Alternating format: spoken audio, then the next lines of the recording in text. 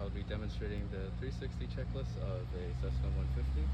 Before we begin, you would like to check your aircraft documents and everything that falls in it, like weight and balance, which is right here. But for demonstration purposes, we won't be checking it.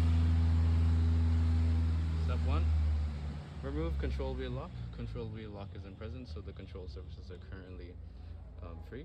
Control wheel lock will be placed here. Check. Step 2, check ignition switch off. Ignition switch is in the off position. Turn on master switch and check fuel quantity indicators, then turn master switch off. So for demonstration purposes, we will not be turning it on, but you would turn on the right side of the master switch, and then you would go on to here to check your fuel quantities for both sides. And once you go outside to check your fuel tanks, you want to make sure the fuel quantity corresponds to the amount of fuel in the fuel tanks. Then we go back here and turn the master switch off. Next up, check fuel valve handle on, which is in this plane located at the bottom. It'll be in the up position. Can you?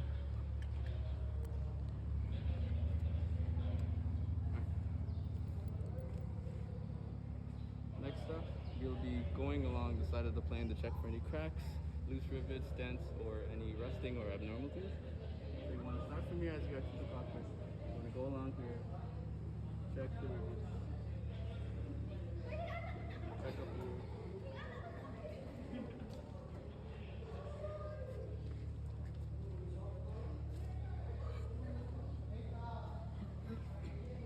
Alright, now we reach the tail section of the checklist.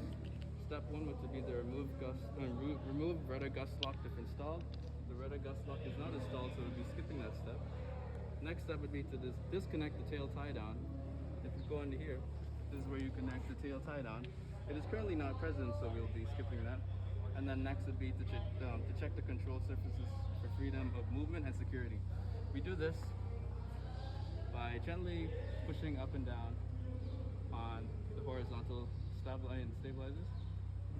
And then another measure of security, you can also check the connection and hinges in the middle there to see if it is properly connected. Then we move on to the vertical stabilizer. You want to make sure that this is also free and secure. So as you can see, there's an O-push here, so we'll go at the bottom. Basically moves left and right.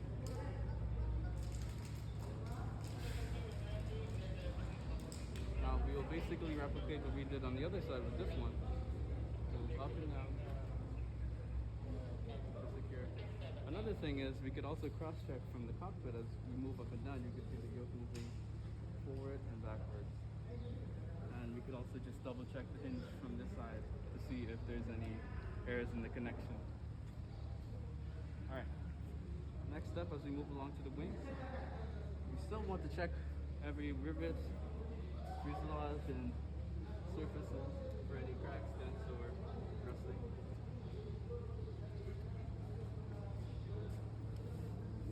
Want to make sure you miss nothing.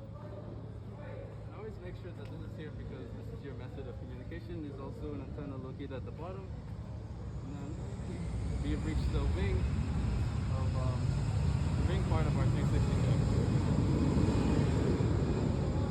Alright, first step of our wing 360 check on the right side is to check the aileron for freedom of movement and security. You can do this by gently pushing up and down, and then you can check the opposite side to see if it is also connected.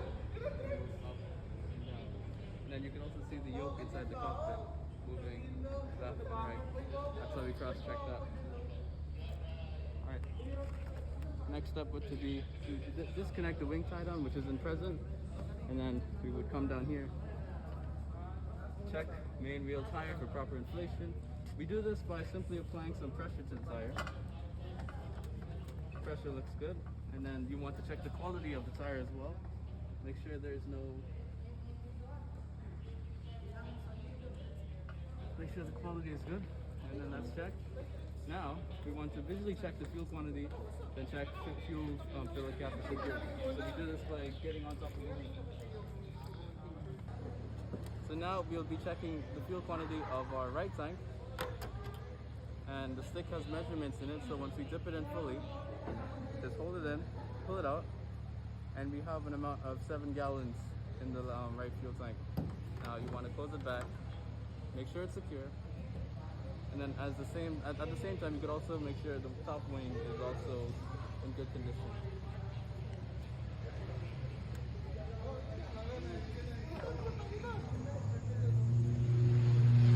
Alright, lastly, we want to check the fuel tanks for any contaminants. So we come under here, and this is where our fuel sump is. We want to stick our, hold on, we want to stick it up here. Now if you look, this is where you examine your fuel to see if there's any sediments or water buildup or anything. It looks like it's clear, so we can throw it out. Pause. Alright, now we've reached the engine part of the 360 checklist, which we will open the right side of the engine cowling, which would house your oil and fuel drainage, or pillow strainer. So if you come here, on the right, or for demonstration purposes, we won't actually be showing you, but on the right here we have our oil tank filler cap, and you'll pull out, there's a dipstick attached, and it shows you how much oil would be in the engine. And the maximum would be 6 quarts, and the minimum operation would be 4 quarts, and you want to have it between there. And then now we have the fuel pull-out strainer. If you were to pull this, fuel would come out at the bottom, or you'd hold it for 5 seconds, and then to make sure that any water or sediments is out of the fuel strainer. Next, we'll close this, but we'll secure it. But now we'll move on to the propeller section of the checklist. You want to check the propeller for any nicks or cracks or dents. Just gently push your hand around it and make sure to visually check. See it. And then also to check the bolts on the blade hub, and then to replicate it on the other blade. Alright, complete. Next step would be to check landing light for condition and cleanliness. Landing light is located here. We want to check if it is covered or any smudges. Looks alright. Bolts are in check. Next would be to check carburetor air filter for restriction by dust or any other foreign matter. Here's the carburetor air filter. We want to check if any insects are living in here. It's all clear. Next, you want to disconnect the nose tie down, which would be located in right here. But the nose tie down isn't present. And then next, you want to check your nose wheel strut and tire pressure. Now, if you come here, you want to make sure that this is above 4 fingers.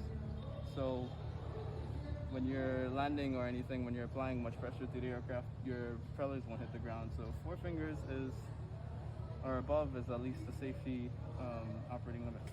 And then for checking the tire pressure, we just gently apply pressure like what we did to the last tire. Seems alright. And then we want to check the condition of the tire. Make sure everything checks out. Alright, next, we want to inspect the flight instrument static source opening on the left side of fuselage for stoppage. So if you come over here, you have the static air vent. We want to make sure it's clean and clear of any blockage. Okay, that's checked. And then now, we go to here. First step is we want to go back on top and check the fuel quantity on our right tank now, which I'll do. Okay, we can go to there.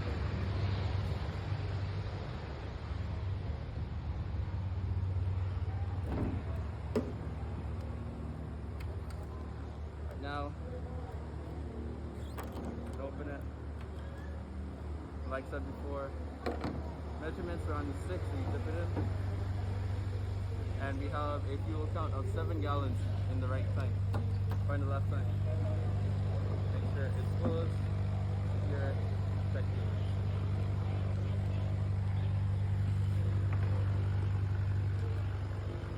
Alright. Next step would be to remove the pitot tube cover if installed.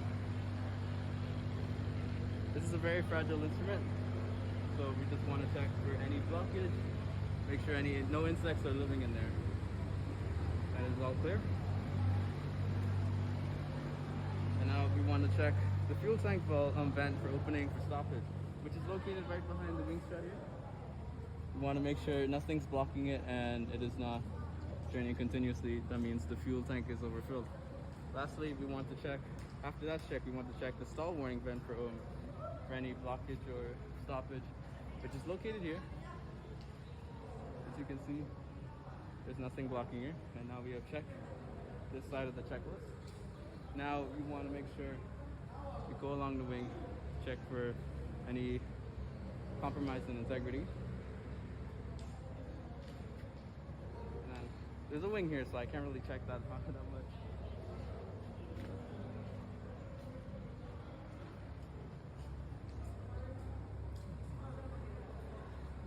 And then another thing is that I forgot to mention on the other side is you want to make sure that your lights are also not blocked or covered by any paint or any other debris. And then like we did with the other wing, you want to check for freedom of movement and security.